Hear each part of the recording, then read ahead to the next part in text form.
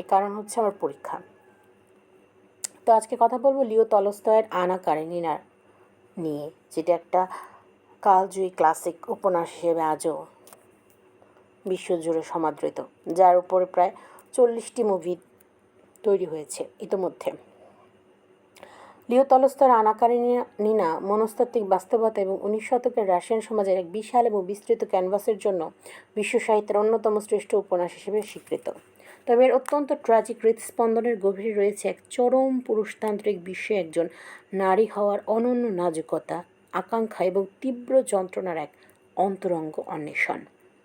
একজন নারীর দৃষ্টিকোণ থেকে এই উপন্যাসটি পড়ার অর্থ হলো আনার দুর্দশার প্রতি এক গভীর ও মর্মস্পর্শী সহমর্মিতা অনুভব করা। তার এই আখ্যান কেবল পরকীয়ার পরিণতি নিয়ে কোনো সতর্কবার্তা নয়, বরং সমাজ কীভাবে একজন নারীকে মানসিক ও শারীরিক দুর্বলতাগুলোকে ঘিরে তারই বিরুদ্ধে অস্ত্র হিসেবে সেগুলোকে ব্যবহার করে।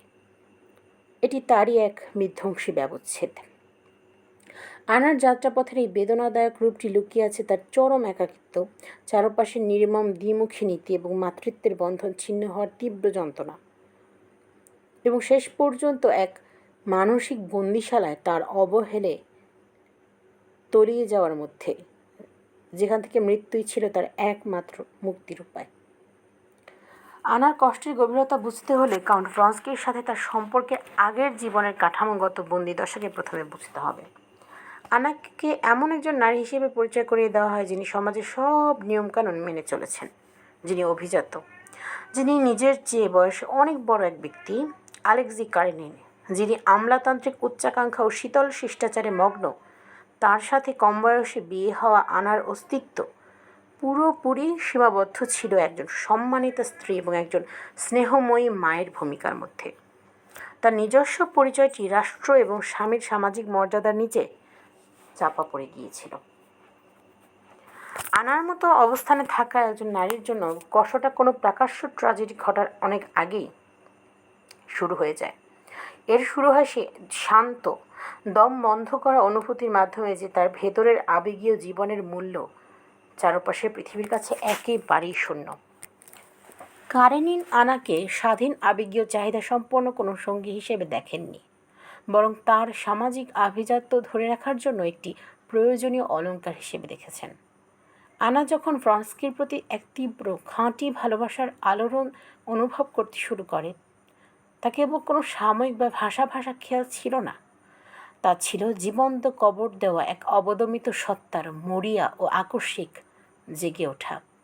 তার নারীত্বের ট্র্যাজেডি এখানেই যে একটু বুক ভরে শ্বাস নেওয়ার জন্য, নিজের ভালোবাসা ও জীবনের আকাঙ্ক্ষাকে স্বীকৃতি দেওয়ার জন্য তিনি যে পথ বেছে নেন, সেটাই শেষ পর্যন্ত তাকে পিষে ফেলার সামাজিক কলকব্জাগুলোকে সচল করে দেয়।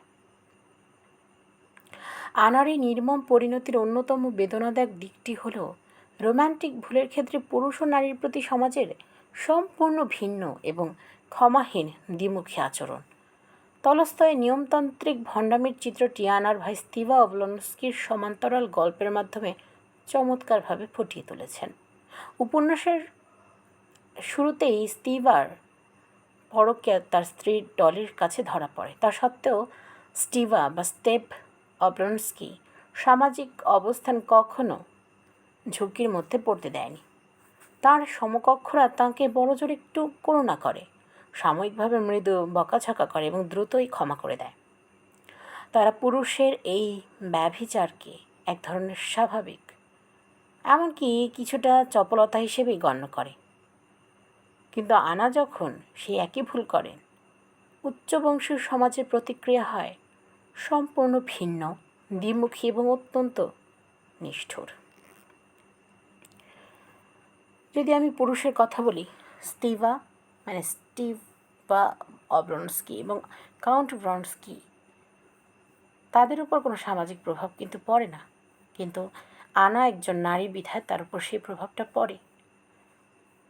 পুরুষ হিসেবে স্টিভা এবং ভ্রনস্কির সামাজিক মর্যাদা অক্ষুণ্ণ থাকে, কিন্তু আনাকে করা হয় সমাজ থেকে সম্পূর্ণ বহিষ্কার। স্টিভা এবং ভ্রনস্কির কর্মজীবনে ক্রমাগত উন্নতি হয়, আর অন্যদিকে আনা তার আইনি অধিকার থেকে বঞ্চিত হয়। তার নিজের পুত্রকে সে তার নিজের কাছে রাখতে পারে না। ব্রনস্কির সন্তান ব্রনস্কির অভিভাবকত্ব পেতে পারে, স্টিভার সন্তানেরা তা পেতে পারে, কিন্তু সন্তানের অভিভাবকত্ব পেতে পারে না আনা। তাকে সন্তান থেকে চিরতরে বিচ্ছিন্ন হতে হয়। সমাজ কর্তৃক স্টিভা বা ব্রনস্কিরা প্রশ্রয় পেয়ে থাকে, আর অপরদিকে একজন নারী হওয়ায় আনাকে পেতে হয় চরম নৈতিক নিন্দা এবং অপমান। ব্রনস্কি সমাজ জুড়ে অবাধে ঘুরে বেড়াতে পারেন, সামরিক যোগাযোগ বজায় রাখতে পারেন এবং নিজের উপর হওয়া কোনো অন্যায়কে মনে না রেখে নিজের উপপত্নীকে নিয়ে প্রকাশ্য জীবনযাপন করেও উচ্চবংশীয় অভিজাত মহলে প্রবেশ করতে পারেন। অথচ আনাকে তৎক্ষণাৎ সমাজচ্যুত করা হয়, তাকে একঘরে করা হয়। তিনি হয়ে ওঠেন এক সামাজিক অস্পৃশ্য, সমাজের চোখে এক কলঙ্ক, যাকে অভিজাত সমাজ নিজেদের ভার্চুয়াল বা কৃত্রিম সতীত্ব বজায় রাখার স্বার্থে হিংস্রভাবে সমাজ থেকে বের করে দিতে বাধ্য হয়। এই একাকিত্বের যন্ত্রণা ছিল অসহ্য। উপন্যাসের অন্যতম একটি পীড়াদায়ক দৃশ্যে দেখা যায় আনা তার নির্বাসনের অলিখিত নিয়মকে বুড়ো আঙুল দেখিয়ে উচ্চ বংশের মিলনমেলা অপেরা হাউসে যাওয়ার জেদ ধরেন। এর ফল হয় তাঁর আত্মমর্যাদার এক প্রকাশ্য অবমাননা। যেসব নারীরা নিজেরা গোপনে পরকীয়া চালিয়ে যেতেন কিন্তু লোক দেখানো সতীত্বের মুখোশ পরে থাকতেন, তারাই আনাকে প্রকাশ্যে অপমান করেন। একজন নারীর জন্য এই কষ্টটা দ্বিগুণ। তিনি কেবল নিজের পাপের জন্যই শাস্তি পাচ্ছেন না, বরং এমন একদল ভণ্ডদের দ্বারা অপমানিত হচ্ছেন যারা আনাকে মূলত ঘৃণা করেন, কারণ আনা কেন নিজের আবেগের প্রতি সৎ থাকার মতো সাহস দেখিয়েছিল, যা তাদের দেখানোর ছিল না, যে সততা ছিল না তাদের তা প্রকাশ করার। সামাজিক বহিষ্কার গভীরভাবে বেদনাদায়ক হলেও আনার যন্ত্রণার আসল এবং সবচেয়ে তীব্র মানসিক কেন্দ্রটি ছিল তার ছেলে সেরিওজার কাছ থেকে জোরপূর্বক বিচ্ছিন্নতা। 19 শতকের রাশিয়ান যে নারী তার স্বামীকে ছেড়ে যেতেন তার কোনো আইনি অধিকার থাকতো না। কারেনিন, যিনি আহত অহংকার এবং খ্রিস্টীয় নৈতিকতার আড়ালে আনাকে শাস্তি দেওয়ার এক শীতল প্রতিহিংসামূলক ইচ্ছায় চালিত ছিলেন, আনাকে ডিভোর্স দিতে তিনি অস্বীকৃতি জানান এবং ছেলের সাথে দেখা করা সম্পূর্ণ নিষিদ্ধ করে দেন। এটি আনার উপর যে মনস্তাত্ত্বিক নির্যাতন চালিয়েছিল তা ছিল অত্যন্ত গভীর। তিনি এক অসম্ভব আত্মঘাতী দ্বন্দ্বে আটকে গিয়েছিলেন। ব্রনস্কি এবং নিজের সুখকে বেছে নেওয়ার অর্থ হলো সন্তানকে চিরতরে ত্যাগ করা, আর সন্তানকে বেছে নেওয়ার অর্থ হলো সেই প্রাণহীন বৈবাহিক সম্পর্কে ফিরে যাওয়া যেখানে তার কোনো কণ্ঠস্বর বা নিজের পরিচয় ছিল না। তলস্তয় মাতৃসুলভ আকুলতাকে অত্যন্ত নিখুঁত ও নিদারুণভাবে ফুটিয়ে তুলেছেন। সেরিওজার প্রতি আনার ভালোবাসা ছিল তীব্র, সহজাত এবং তার আত্মপরিচয়ের সাথে গভীরভাবে জড়িয়ে থাকা এক অনুভূতি। আনা যখন সেরিওজার জন্মদিনে লুকিয়ে কারেনিনের বাড়িতে ফিরে আসেন তখন মা ছেলের সেই পুনর্মিলন ছিল অত্যন্ত সংক্ষিপ্ত, ধরা পড়ার ভয়ে আতঙ্কিত এবং আর কখনো থাকতে না পারার এক বুক ফাটা যন্ত্রণায় ভরা। প্রেমিকা এবং মা, এই দুটি ভূমিকার যে কোনো একটিকে বেছে নিতে বাধ্য করার মাধ্যমে পুরুষতান্ত্রিক সমাজ এটি নিশ্চিত করেছিল যে আনা যে পথই বেছে নিন না কেন তার অস্তিত্বের একটি বড় অংশকে নির্মমভাবে কেটে বাদ দেওয়া হবে। এমনকি পরে যখন আনা ব্রনস্কির কন্যা সন্তান অ্যানের জন্ম দেন তখনও তিনি সেই শিশুটিকে সেরিওজার মতো চরম তীব্রতায় ভালোবাসতে পারেন না। হারানো ছেলের অভাবের এক অদৃশ্য ক্ষত তাকে সারাক্ষণ তাড়িয়ে বেড়াত। গল্প যত সামনের দিকে এগিয়ে যায় আনার কষ্টের ধরন বাহ্যিক সামাজিক নিপীড়নের থেকে ভেতরের এক মনস্তাত্ত্বিক যন্ত্রণায় রূপ নিতে থাকে। ব্রনস্কির জন্য বিশেষ সম্মান, সামাজিক অবস্থান এবং প্রিয় সন্তানসহ সব কিছু বিসর্জন দেওয়ার পরেও ব্রনস্কি হয়ে ওঠে তার একমাত্র পৃথিবী। ব্রনস্কি তখন আর কেবল একজন প্রেমিক মাত্র ছিলেন না, তিনি ছিলেন আনার ধ্বংস হয়ে যাওয়া জীবনের একমাত্র যৌক্তিকতা।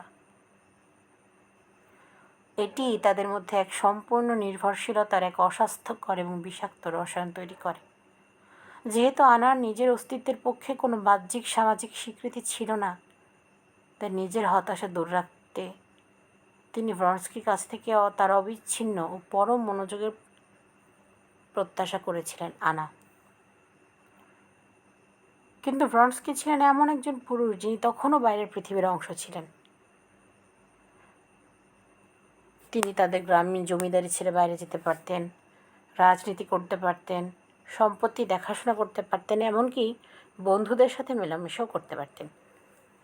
ভ্রনস্কি যখনই তাদের এই ছোট্ট পারিবারিক বৃত্তের বাইরে পা রাখতেন, আনা সেটাকে নিজের অস্তিত্বের প্রতি এক হুমকি হিসেবে দেখতেন। তার মনে হতো ভ্রনস্কির ভালোবাসা হয়তো কমে যাচ্ছে। তিনি হয়তো তার এই সিদ্ধান্তের জন্য অনুশোচনা করছেন, কিংবা সমাজ যাকে যোগ্য মনে করে এমন কোনো সম্মানিত নারীর কাছে তিনি আবার ফিরে যাচ্ছেন। এখানকার কষ্টটা হয়ে ওঠে এক ধরনের দম বন্ধ করা উন্মাদনা। আনার মনে এক বিভ্রান্ত আয়নার ঘরে পরিণত হয়, যেখানে ভ্রনস্কির প্রতিটি কথা, দৃষ্টি এবং অনুপস্থিতি তার কাছে অবহেলার প্রমাণ হিসেবে ধরা দেয়। নিজের এই তীব্র উদ্বেগের অনুভূতিকে অবশ করতে তিনি আফিম নেওয়া শুরু করেন, যা তার মানসিক অবস্থাকে আরও বেশি অস্থির করে তোলে। তার নারীত্বের ট্র্যাজেডি এখানে পুরোপুরি প্রকাশ পায়। সমাজ তার স্বাধীন এজেন্সি এবং বাহ্যিক পরিচয় কেড়ে নিয়ে তাকে এমন এক সহাবস্থানে বাধ্য করেছে যেখানে তার সম্পূর্ণভাবে একজন পুরুষের উপর নির্ভর করতে হচ্ছে, আর সেই অতি নির্ভরশীলতাই তাকে ধীরে ধীরে উন্মাদনার দিকে নিয়ে যাচ্ছে। তিনি নিজেরই তীব্র মানসিক ট্রমার এক বন্দিশালায় আটকে যান, যেখানে যে ভালোবাসার জন্য তিনি নিজের জীবনকে বিসর্জন দিয়েছিলেন, সেই ভালোবাসাকে আর বিশ্বাস করতে তিনি পারছিলেন না। আনার এই সুনির্দিষ্ট কষ্টের গভীরতা পুরোপুরি উপলব্ধি করতে হলে উপন্যাসের অন্য দুটি প্রধান নারী চরিত্র, ডলি অবলনস্কায়া এবং কিটি শেরবাৎস্কায়ার জীবনের সাথে তার যাত্রাপথে তুলনা করা প্রয়োজন। তলস্তয় তিন নারীকে একই পুরুষতান্ত্রিক প্রাসাদের তিনটি ভিন্ন ঘরের বাসিন্দা হিসেবে দেখিয়েছেন, যেখানে প্রত্যেককেই নারী হওয়ার কারণে ভিন্ন ভিন্ন স্বাদের কষ্ট ভোগ করেছেন। ডলি হলেন প্রচলিত আত্মত্যাগী স্ত্রী এবং মায়ের কষ্টের প্রতীক। তিনি দারিদ্র্য, বারবার সন্তান প্রসবের ধকল এবং স্বামীর অবিরাম পরকীয়ার অপমানজনক অভিজ্ঞতায় জরাজীর্ণ। ডলির কষ্টটা শান্ত, দীর্ঘস্থায়ী এবং পারিবারিক। তিনি নিজের আত্মসম্মান এবং ব্যক্তিগত রোম্যান্টিক সুখকে বিসর্জন দিয়ে সন্তানদের ভবিষ্যতের কথা ভেবে সমাজের নিয়মের মধ্যেই থাকার সিদ্ধান্ত নেন। তার জীবন এই সত্যেরই প্রমাণ যে সমাজের প্রত্যাশা পুরোপুরি মেনে চললেও একজন নারী গভীর দুঃখ থেকে কখনো রেহাই পান না। অন্যদিকে কিটি হলেন সমাজের চোখে নারীত্বের এক আদর্শ রূপক, তবে তার পথটিও ছিল তীব্র নাজুকতা, কষ্টে ভরা। উপন্যাসের শুরুতেই কিটি ভ্রনস্কি দ্বারা প্রলুব্ধ হন এবং পরে আনার কারণে ভ্রনস্কি তাকে পরিত্যাগ করায় চরম জনসমক্ষে অপদস্থ হন। রাশিয়ান অভিজাতদের বিয়ের বাজারে এই প্রত্যাখ্যান তার আত্মবিশ্বাস ভেঙে দেওয়ায় তার ভবিষ্যৎ নষ্ট করার হুমকি তৈরি হয়েছিল। যদিও কিটি পরবর্তীতে কনস্টান্তিন লেভিনের সাথে তার বিয়েতে শান্তি এবং প্রকৃত আধ্যাত্মিক অংশীদারিত্ব খুঁজে পান, তবুও তার এই পথটি দেখায় যে একজন তরুণীর ভাগ্য কতটা ভঙ্গুর, যা পুরোপুরি পুরুষদের ইচ্ছা এবং পছন্দের উপর ঝুলে থাকে। আনার কষ্ট ডলি বা কিটির চেয়ে আলাদা ছিল, কারণ এটি ছিল এক বিদ্রোহীর কষ্ট। ডলি যেখানে নীরবে নিজের আবেগের অনাহারে দিন কাটিয়েছেন এবং কিটি যেভাবে সমাজের নিয়মে খাপ খাইয়ে নেওয়ার উদ্বেগের মধ্য দিয়ে গেছেন, আনা সেখানে বেছে নিয়েছিলেন নিজের অস্তিত্বের এক গৌরবময় এবং বিস্ফোরক প্রকাশ। তার ট্র্যাজেডি প্রমাণ করে যে তার সময়ে দাঁড়িয়ে একজন নারীর জন্য স্বাধীনতার মূল্য ছিল নিজের সম্পূর্ণ ধ্বংস ডেকে আনা। আনার কষ্টের চূড়ান্ত রূপটি প্রকাশ পায় নিজনি নভগোরদ রেল স্টেশনে। এটি স্ট্রিম অফ কনসাসনেস বা চেতনা প্রবাহ রীতির লেখার এক অনন্য মাস্টারপিস, যেখানে দুঃখ, সন্দেহ এবং ক্লান্তিতে পুরোপুরি ভেঙে পড়া একজন নারীর এলোমেলো ও খণ্ডিত চিন্তাগুলো নিখুঁতভাবে ধরা পড়েছে।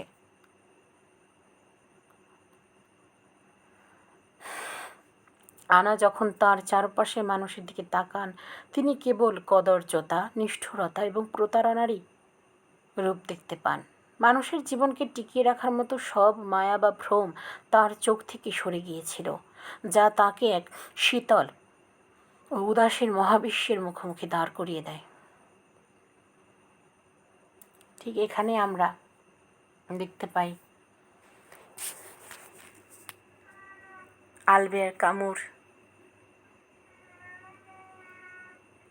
সেই অ্যাবসার্ড বিশ্ব সম্পর্কে, সে অযৌক্তিক বা অ্যাবসার্ড মহাবিশ্ব, সেই উদাসীন মহাবিশ্ব।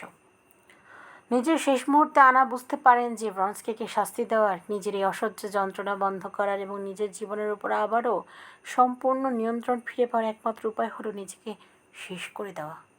ট্রেনের চাকার নিচে তার এই আত্মাহুতি ছিল মূলত সমাজের সেই যান্ত্রিক ও নির্মম শক্তিগুলোর এক ভয়াবহ শারীরিক রূপ, যা উপন্যাসের শুরু থেকে শেষ পর্যন্ত তাকে তাড়া করে বেরিয়েছিল।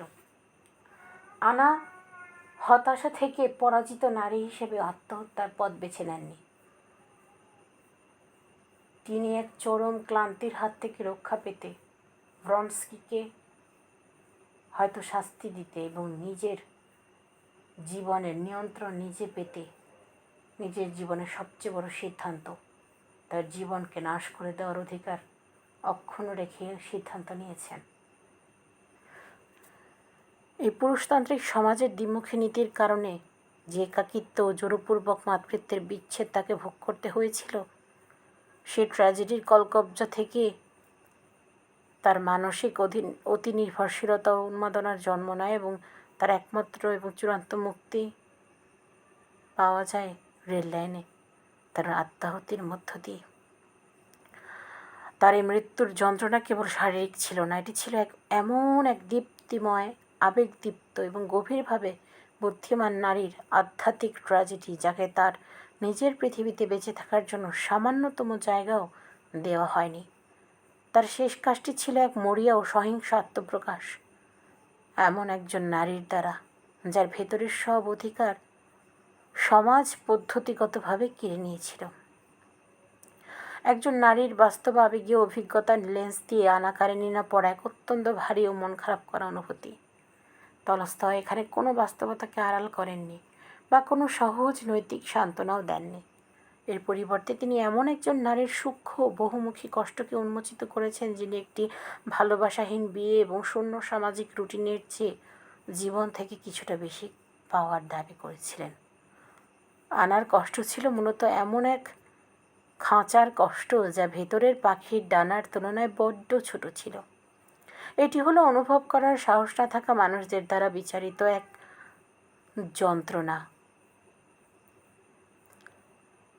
নিজের রক্তমাংসের সন্তান থেকে বিচ্ছিন্ন এক মায়ের বুক ফাটা আর্তনাদ এবং একাকিত্ব থেকে জন্ম নেওয়া এক আত্মঘাতী মানসিক অতল গহ্বরে তলিয়ে যাওয়ার গল্প। প্রকাশের বহু প্রজন্ম পরেও আনার এই গল্প আজও সমানভাবে প্রাসঙ্গিক, যা নারীত্বের নাজুকতা এবং স্বাধীনতার জন্য লড়াইয়ের এক অমর ও বিধ্বংসী স্মৃতিস্তম্ভ হিসেবে দাঁড়িয়ে আছে।